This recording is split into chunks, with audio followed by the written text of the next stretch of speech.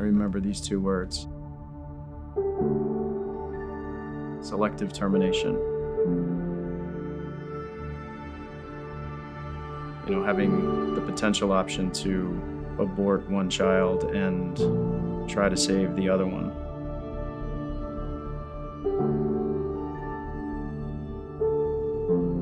And I mean, just right away that, that wasn't an option.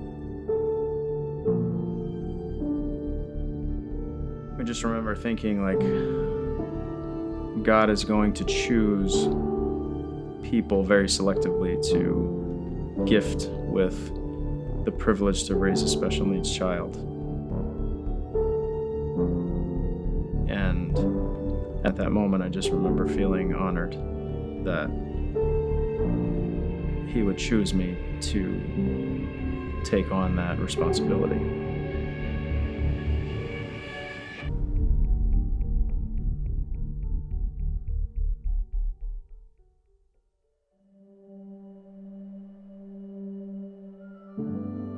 I guess as a kid from South Jersey, the dreams about the future, primarily included my life as a family guy. To think that someday, at some point in my life, I would end up getting married and have kids and raise a family and do a lot of the things that I was used to as a kid, playing football and being on the swim team and the diving team and being a coach for my kids. That's what I thought about. That's what I dreamed about. And then life actually hit, and,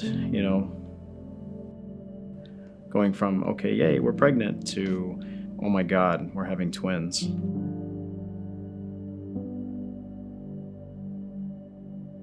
I was 26 years old, going on 27. I was ready to take on the world, pound my chest. We're gonna make this happen.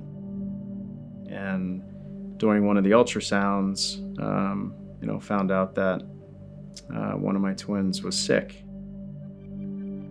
My son, Curtis, had a congenital heart defect. Doctors were talking about, I remember these two words: selective termination. And I mean, just right away that, that wasn't an option. We told the doctors that we were proceeding with the pregnancy, and are thinking, okay, he'll be born, he'll get the surgery, he'll come home, and we'll live life happily ever after.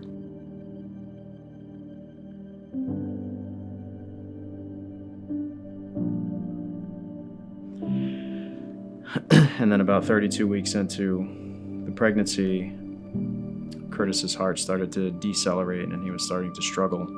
And there was a chance that we were going to lose him that late in the term. So, as a 27-year-old kid, I'm trying to figure out what to do when you have to make a decision to deliver both kids early at 32 weeks, risking the life of a healthy child to save the life of a struggling one.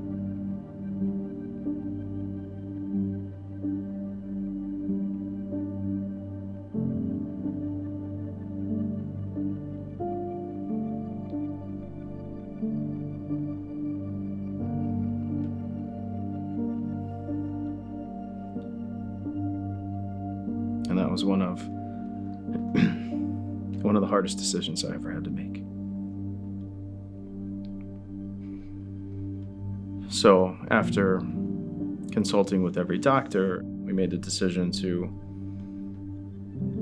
induce labor, and we welcomed our kids into the world at 32 weeks.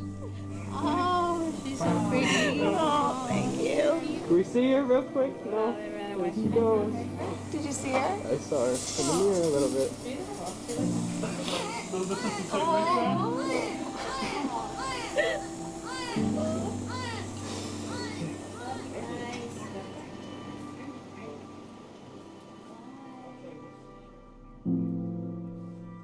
Kirsten was 3 pounds 9 ounces. and Curtis was 2 pounds, 9 ounces. It was kind of a scary time. Kurt went through some blood infections and jaundice, and we didn't know when he was going to be able to have his surgery, being that small.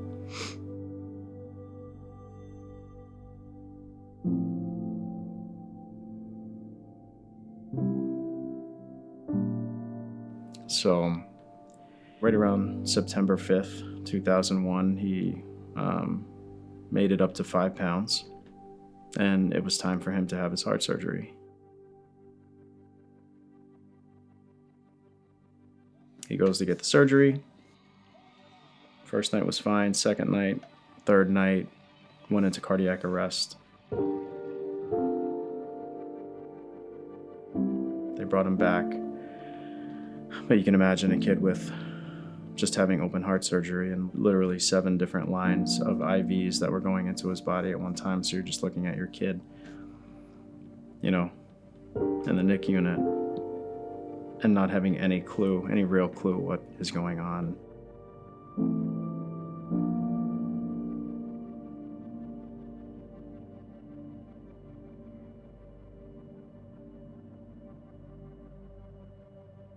Four weeks after his surgery, he ended up coming home. I'll never forget putting him in the car seat and driving home with this kid.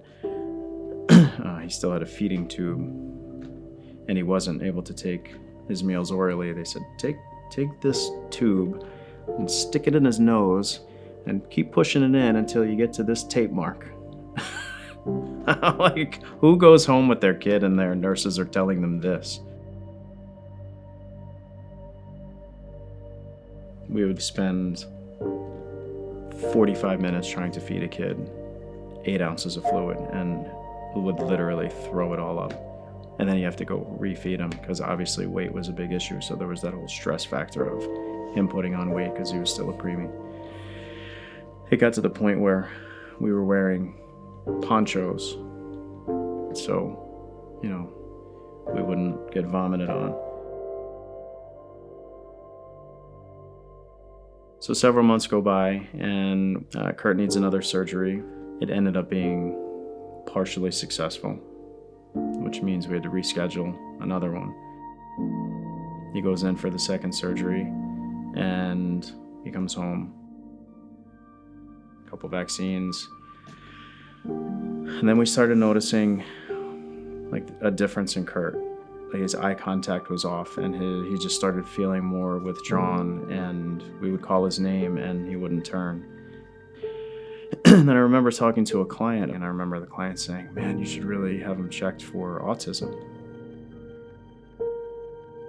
So it only took a matter of time before we got that diagnosis, and we tried everything. Methyl B12 shots, injections, medications, gluten-free, casein-free diet, chelation. Swallowing that pill was hard, and obviously a lot of struggles with that. Sleep was minimal. But, still thinking, wow, at least, we have Kirsten, who's incredible, and her developmental milestones were being hit. And then as Kirsten was being potty trained, she was going to the bathroom a lot. And it's almost to the point where, man, is this girl showing off like her potty skills? She would see a faucet running and she would want that water so bad, almost where she would stick her head underneath of the faucet to try to drink even without a cup. I remember her going to bed with a kind of a distended stomach, probably from drinking so much. And then the next morning, just stomach gone, but the entire mattress was just soaked. My brother was the one that said, maybe it's something medical. Has she been checked for diabetes? And, that's when went to the emergency room and just to have her checked, and got another diagnosis.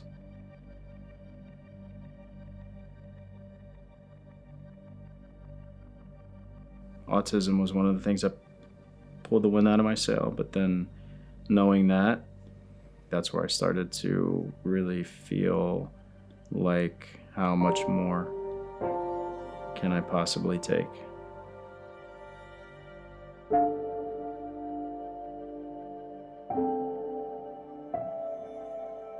But now fast forward 2 more years, Kurt was waking up in the middle of the night. Brought him into the hospital for a sleep study for 72 hours, and they found that he had severe hydrocephalus, which was water on the brain. Another surgery for that, and almost immediately after that, we noticed something was going on with his gut, and he needed to go in and get hernia surgery. This was all before the kid was even 6 years old.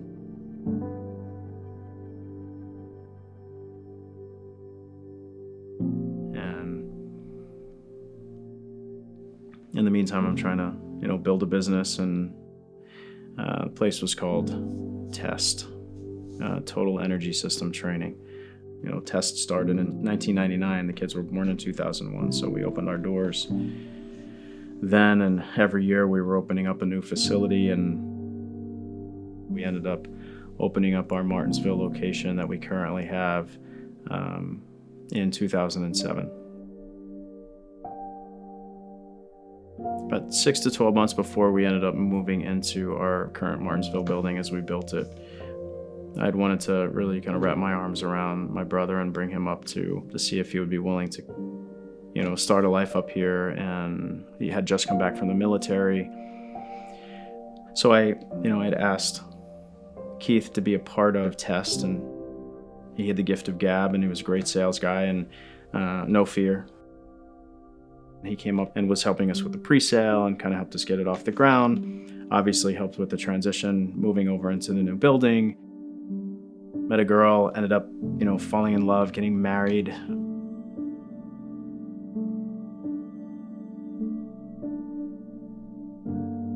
He had a great thing going, and somewhere along the way, he, began to decline, and as a military vet, we didn't know how to help him, nor was he wanting really any help. And it got to the point where one bad decision after the next ended up, putting him into a really dark spot, and he ended up passing away in May of 2015. And it was devastating. None of us really even got a chance to say a proper goodbye. Just watching my mom, and hearing my dad sob at his funeral, and all at the same time trying to honor his life.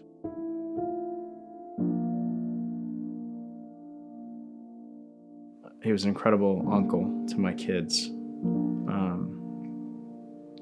His nickname for my daughter was Sweet Pea, one of his nicknames. The other one was Little Pisser. But he was an amazing, amazing person, and would always make everyone laugh. And I think if you asked anyone today about Keith Dunn's impact on their lives, that anyone that you asked that really knew him and knew him well would have nothing but incredible things to say about him.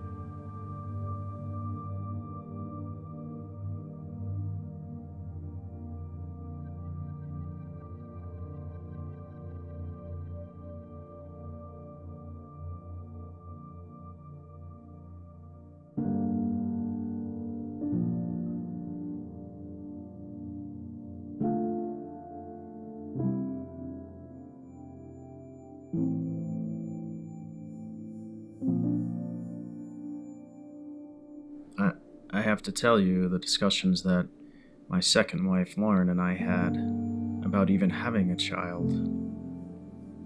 Obviously, my knee-jerk reaction was that of concern and a little bit of fear, and but on the flip side, I looked at what it would be like to add to Kirsten and Curtis, and someone else that's going to be an advocate for Curtis, I thought was, a great, really cool thing that could be,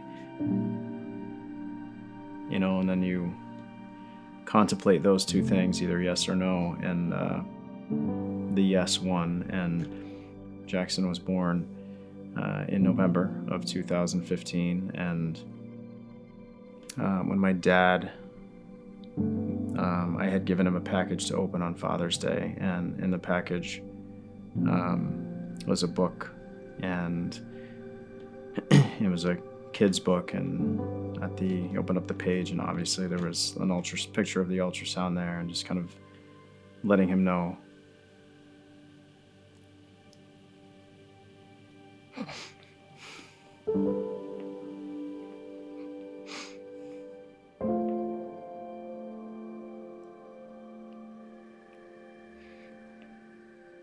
Letting him know that he was going to be a granddad again.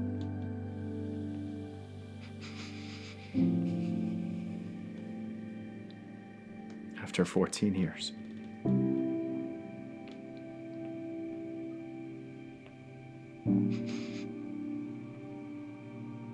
And then within a week,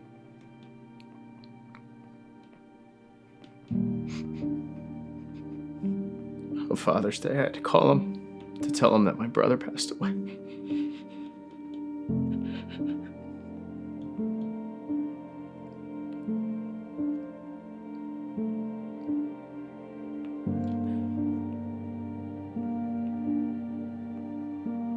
So on one hand,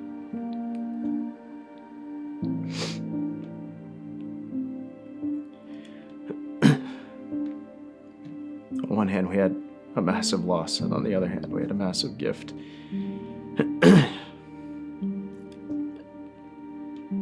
And I don't think that was an accident. The timing of that was an accident. I think that was... Jackson gave us all hope in a time where we really needed it.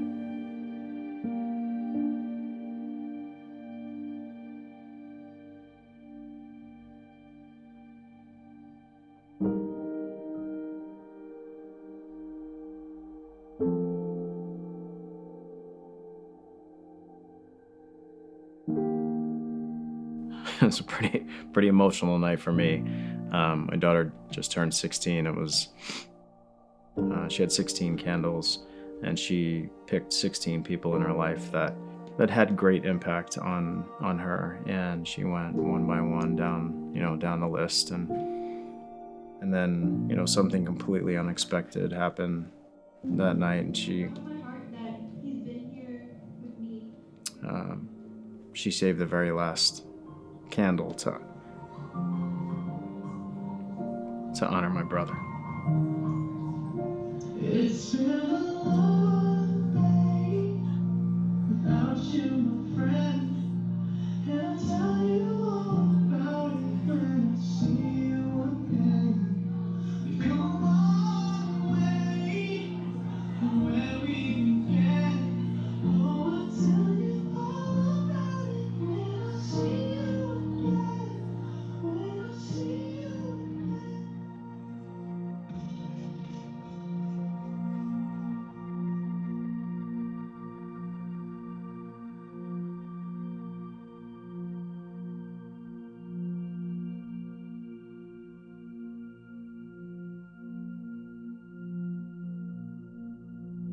My dad came up for a visit. We had made a pit stop at the club.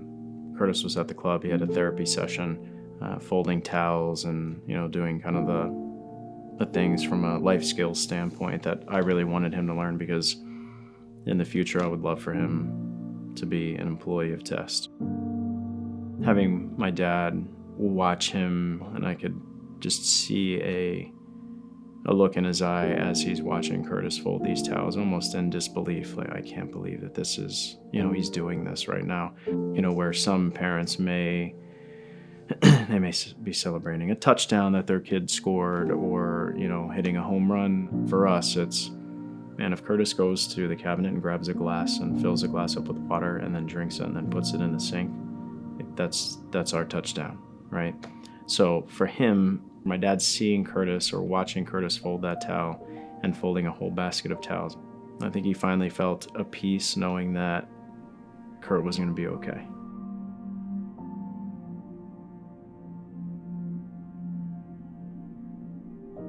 My dad went to sleep that night, and then my stepmom, Kathy, came up and woke me up in the middle of the night, and Dad was having a heart attack. He needed dialysis to help him stay alive. His kidneys weren't well. So, my dad was one of those stubborn old guys that would,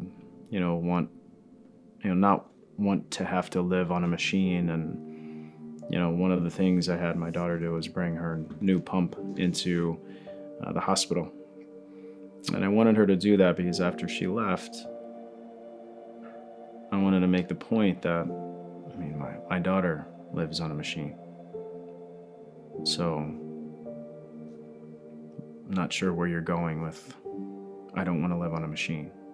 And he started bringing up, well, my quality of life, blah, blah, blah.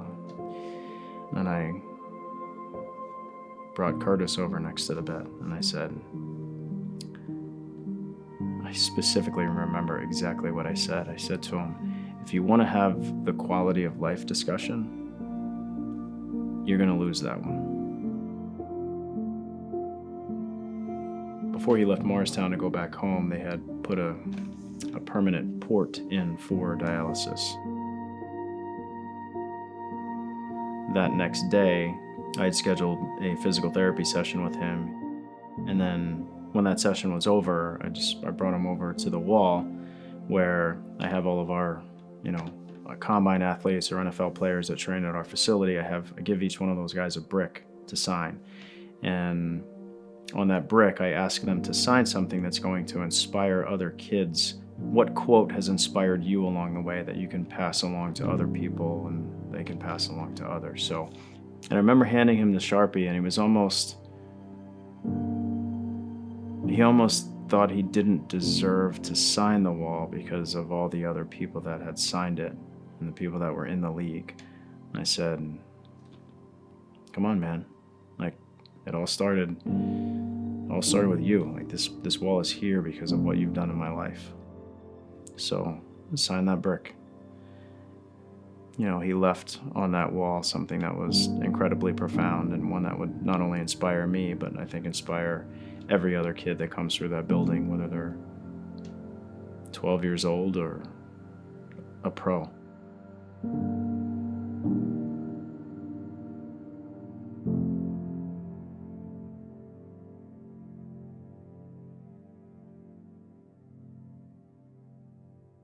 My dad had some kind of cut on his foot, and his foot got really infected really bad, and it caused a lot of complications. Getting that call was not easy. I literally went from work straight to the airport. No bag pack, no clothes, and just went straight down. Seeing my dad in intensive care. He had a breathing tube. He couldn't say anything, but I do remember leaning in and just letting him know that I was there and looking into his eyes and just reassuring him that he didn't need to say anything. I just wanted him to know that I was there and that I loved him. And at that moment, I watched a tear stream down the side of his face. Like, to me, that was confirmation that he knew that I was there.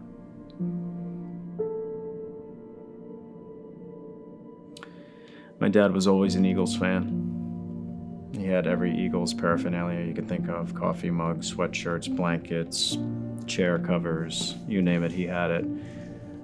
And it was November 5th that my dad passed. And that was the year that the Eagles went all the way to the Super Bowl and won. I remember watching the game. I was up late and had my dad's ashes that were sitting on top of that counter in little tea light that was lit when the final seconds ran out and the Eagles had won the Super Bowl. I just felt like my dad was right there. And in some ways I felt like, man, he waited his whole life to watch this and he missed it. And in other ways I feel like, he had the best seat in the house.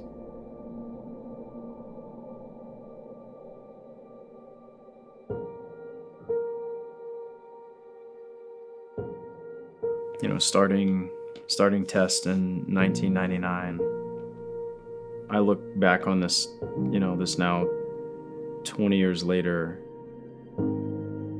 We've had the privilege to work with 397 athletes that have tried to go from amateur to pro, and 253 of them have made professional teams in that tenure. Guys like Joe Flacco, Patrick Peterson, Justin Hardy. A lot of people see the tip of the iceberg and they don't realize everything that's happened underneath the water that has built the tip of the iceberg. A lot of times in life, I felt like God had completely overestimated who I was. I'm like, you must not really know me because I'm failing miserably.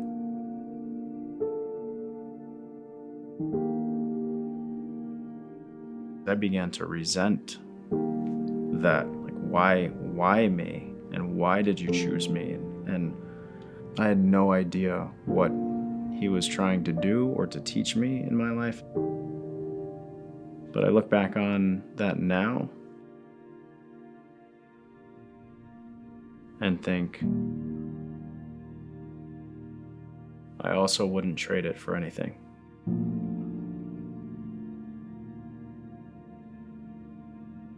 It's given me a perspective that not everyone has and not everyone will have. It's given me a compassion that I don't think I would have had I not gone through all that stuff. So in many ways, I'm grateful for it. I also don't think it's a mistake that the name of our company is called Test, and I have been delivered and handed a testimony.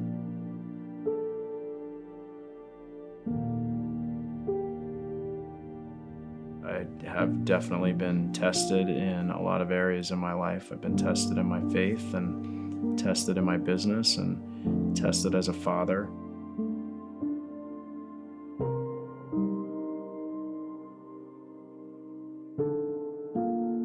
It's been a journey, and it still will be a journey, and the hard stuff isn't over. But all I can say is you got to be trained up.